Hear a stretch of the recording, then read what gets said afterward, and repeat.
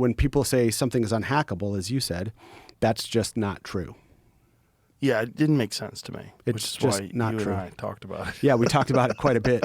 I have, like I said, great guy, done lots of great things for the country. And it's just, if they had just said something along the lines of, it's hackable as any phone is hackable, because by virtue of you having to interact with it, it's hackable.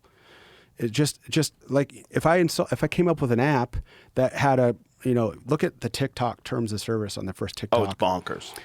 With those terms of services, I will own your phone. And I'm not saying you can install TikTok on his phone, but what I'm saying is by virtue that you have to interact with the phone and see what you're doing and type passwords, and you've got those kinds of terms of service, I could easily put a keylogger in that. And now I know your Signal password or your Signal pin, or I get you, you're going to China. So I stop you in secondary. And while you're in secondary, I've got a CCTV on you and you unlock your phone. Now I know how to unlock your phone. And now I'm going to lock you up in secondary at customs in China or in Canada. And I'm going to separate you from your phone. And I've seen you unlock it. Well, now I'm going to get in there with Ncase, or I'm going to get in there with FTK, or I'm going to get in there with Celebrite, and I'm going to dump your phone. And just by virtue of it being built on the Android open source project, that's a great thing. It's a good thing. Just don't call it totally unhackable.